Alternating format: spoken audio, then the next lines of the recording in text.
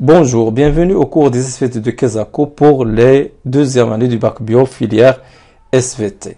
On a dit l'étude de la troisième unité concernant la transmission de l'information génétique par le biais de la reproduction sexuelle ou l'ikna pour les deux filières, que ce soit SVT ou SP, qu'on a l'étude des lois statistiques ou lois mendéliennes. Pour la filière SVT, qu'on la troisième unité par le quatrième chapitre qui va concerner la génétique humaine. La nouvelle discipline ou nouvelle science va être confrontée à quelques difficultés.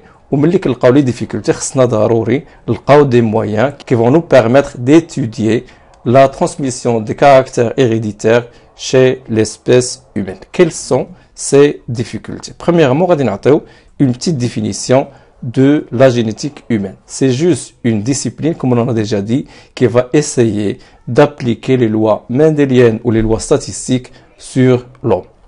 Quelles sont les difficultés? On a plusieurs difficultés. On en a choisi juste 4. Premièrement, on a le nombre d'individus par génération qui est très limité. Par exemple, on a 2 parents initiaux. Fait le mariage ou l'accouplement ou le croisement entre eux vont nous donner juste parfois un seul individu représenté ici par cette fille. Les lois mendéliennes proprement dites sur l'espèce humaine, du fait que l'argent, les lois mendéliennes ou les lois statistiques, les pourcentages des individus de la deuxième génération ou la troisième génération. Est-ce que l'allèle est dominant ou récessif? Quel est le chromosome qui va porter le gène concerné? Et puis, est-ce que les gènes sont liés ou sont indépendants? Les pourcentages. Les pourcentages parce que la deuxième génération, il y a un seul individu. La deuxième difficulté va concerner la durée de chaque génération, c'est-à-dire que il est la transmission d'un caractère donné, par exemple, la couleur de la peau. On pourrait la transmission de ce caractère de génération en génération. Premièrement, la fille l'âge adulte et après qu'elle va se marier et après une période de gestation, c'est-à-dire 9 mois la moyenne, l'individu la transmission de ce caractère, que la durée est très longue. Bien sûr, mais un chercheur ou là un scientifique intéressé par la génétique humaine, mais la transmission des caractères héréditaires chez l'homme dans 5 ou 6 générations, parce que ça va prendre plusieurs dizaines d'années. La troisième difficulté va concerner ce qui est bioéthique ou l'éthique de façon générale.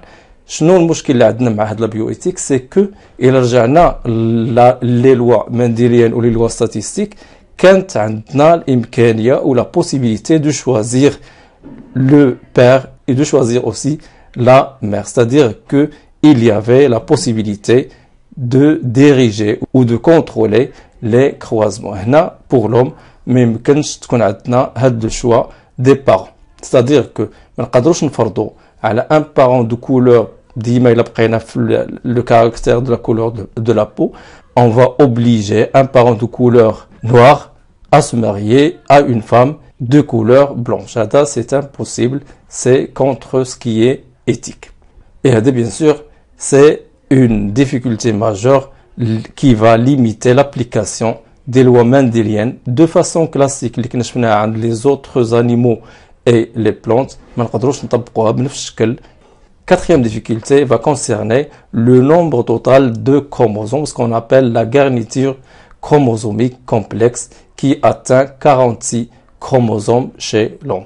Le nombre très élevé de chromosomes, c'est lors de la formation des gamètes, ou la méiose. Et la méiose, elle est toujours accompagnée de 2 phénomènes majeurs qui ont un rôle très important dans ce qu'on appelle la diversification des génotypes des gamètes et aussi des œufs ou zygotes issus de la fécondation entre les gamètes du père et les gamètes de la mère.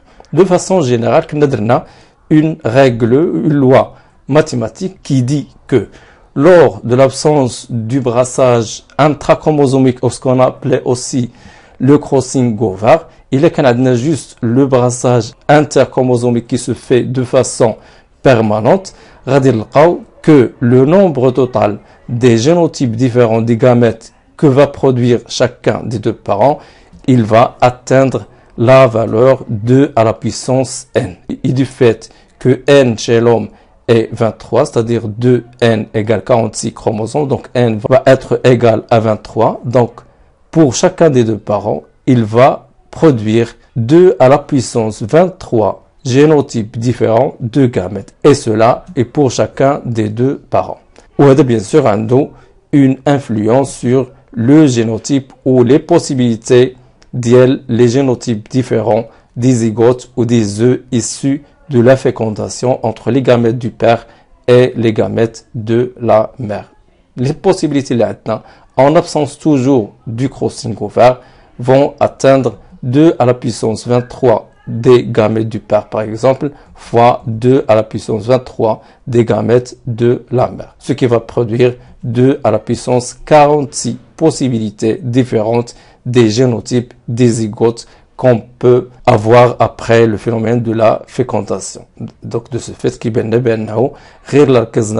4 difficultés, que les lois statistiques ou les lois mendéliennes, اللي كنا شفناها وطبقناها d'une façon donnée عند les plantes et les autres animaux, ما نقدروش نطبقوها sur l'homme, et surtout ce qui est bioéthique. De ce fait, خصنا نلقاو d'autres moyens d'étudier la génétique chez l'homme ou la transmission des caractères héréditaires chez l'homme. La première technique ou le premier moyen va consister ou va se baser sur simplement l'observation et surtout la transmission des maladies héréditaires. Fait les maladies héréditaires, on a une petite définition. C'est que la maladie est appelée héréditaire lorsqu'il a deux caractéristiques. Premièrement, qu'elle apparaît dès la naissance et deuxièmement, qu'il doit être transmissible d'une génération à l'autre. On a vu dans l'information génétique que ce qui est transmissible, c'est l'information génétique ou les gènes et les chromosomes.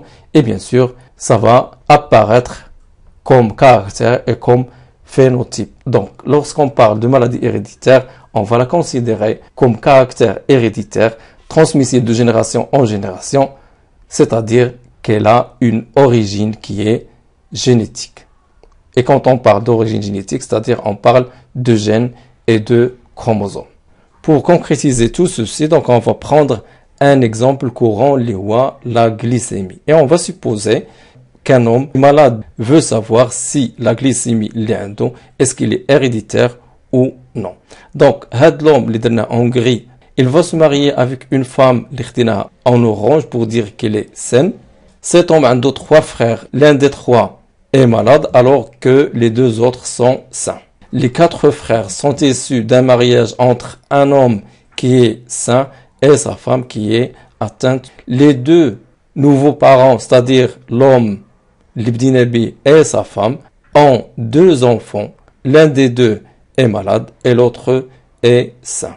Donc, هنا باش ما نبقاوش ديما نرسمو l'icône de l'homme ou de la femme et utiliser des couleurs pour chacun des deux cas, soit malade ou sain, faut qu'on ait des symboles. Là, on a un homme qui est sain, donc on a un carré qui est vide. Là, quand une femme saine, donc on a un cercle vide pour symboliser le cas. Troisièmement, là, on a un homme qui est malade ou atteint de la maladie, donc on a un carré qui est coloré. La même chose pour la femme. Et puis, on a le symbole du mariage, c'est-à-dire qu'il y a un lien entre une femme et un homme. On a deux façons de symboliser le mariage. Le mariage, on a deux cas. Soit un mariage qui est simple ou un mariage qui est consanguin, c'est-à-dire qu'il y a un lien de parenté entre les deux parents. On a une différence qui est majeure, c'est juste que au lieu de lier les deux icônes, c'est-à-dire le cercle et le carré, par une seule ligne, qu'on dirait deux lignes. On a le symbole des fœtus, ou sous forme de losange, pour dire que on ne connaît pas encore son sexe, est-ce qu'il est mâle ou femelle. Un autre symbole va concerner les frères qui sont les fils d'un précédent mariage. Et ملي كيكونوا عندنا des frères qui sont jumeaux فكنعطيهم هاد le symbole. Donc اللي غنحاولوا نديرو دابا هو ناخذوا هاد les symboles ونوضعوهم au lieu des icônes représentant les deux sexes. Un homme qui est sain, donc on a un carré qui est vide. Une femme atteinte, donc un cercle coloré. Aucun cas, à chaque fois, selon le sexe et le cas de chaque individu, soit qu'on dirait un carré qui est coloré pour représenter des individus qui sont atteints, que ce soit les deux frères ou là le fils likin.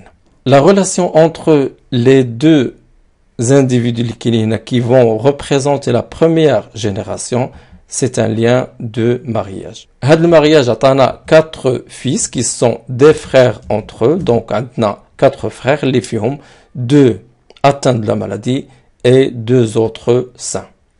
La relation entre l'homme et la femme, c'est aussi un lien de mariage. L'atana, cette fois-ci, 3 individus. Le premier saint, le deuxième atteint et le troisième lisna, un fœtus, son sexe, est-ce qu'il est mâle ou femelle.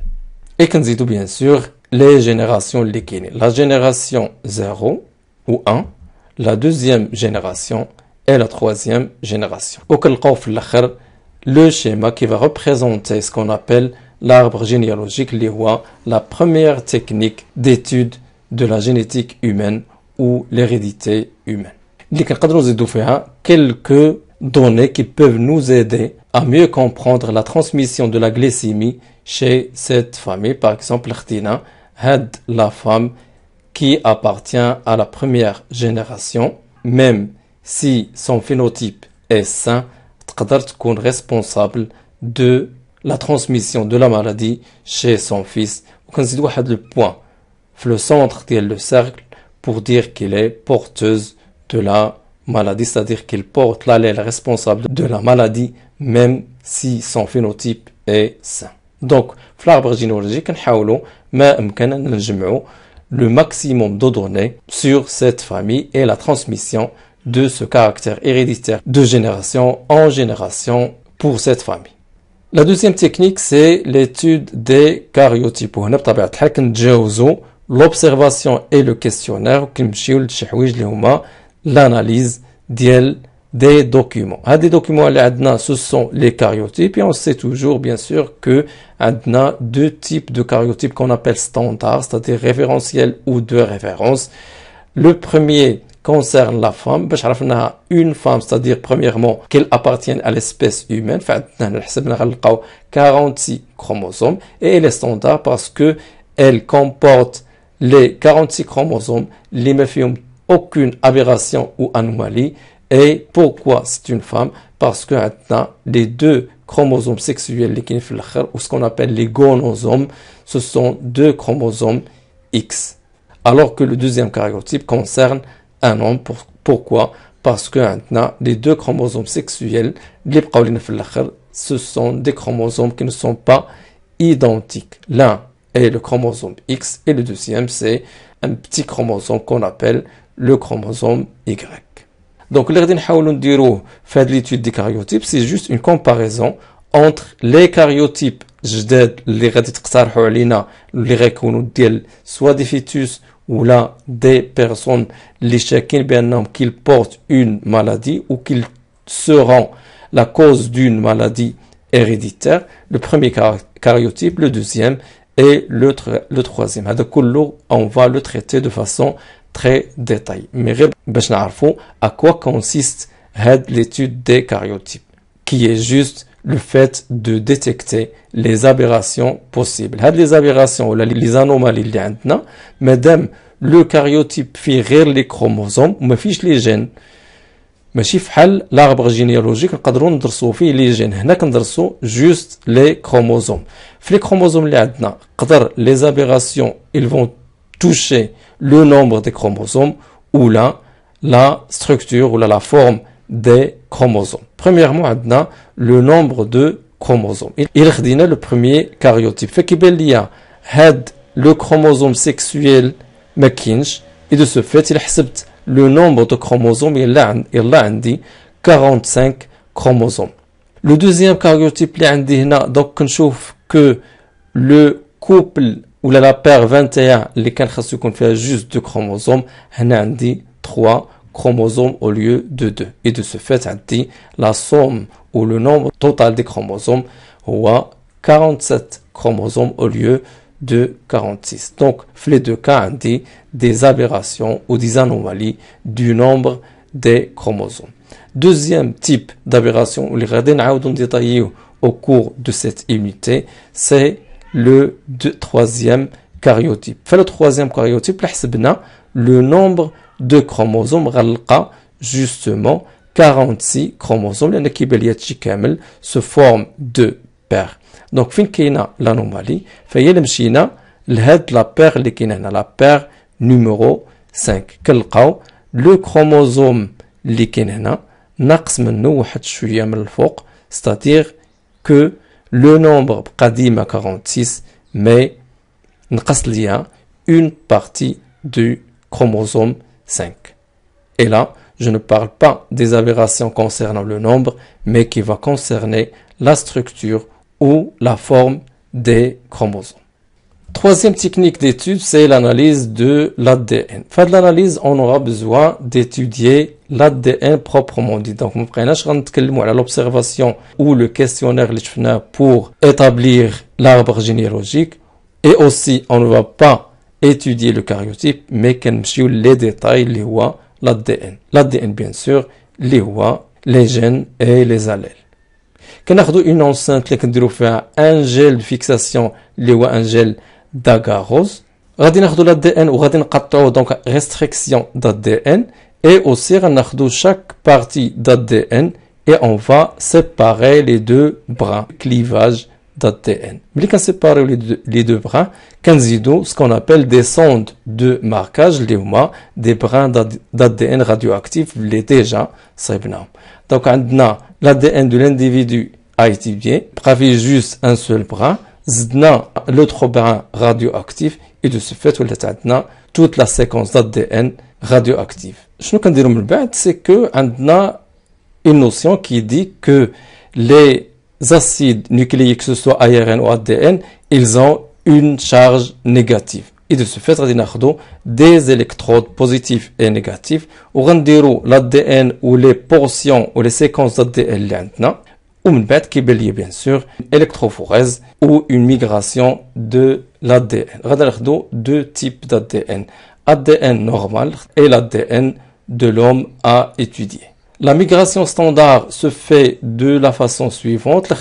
Envers, comme l'on a dit, un ADN standard, il fait tous les gènes et tous les allèles. À chaque point et à chaque distance, on a une trace de cet ADN. C'est-à-dire que ici, on a tous les gènes qui composent cette séquence d'ADN. Alors que, le deuxième cas, les OA, chez l'homme étudié, que cette trace maquinage, et de ce fait, l'homme étudié un problème concernant un allèle ou tout un gène contrôlant ou codant pour un caractère donné.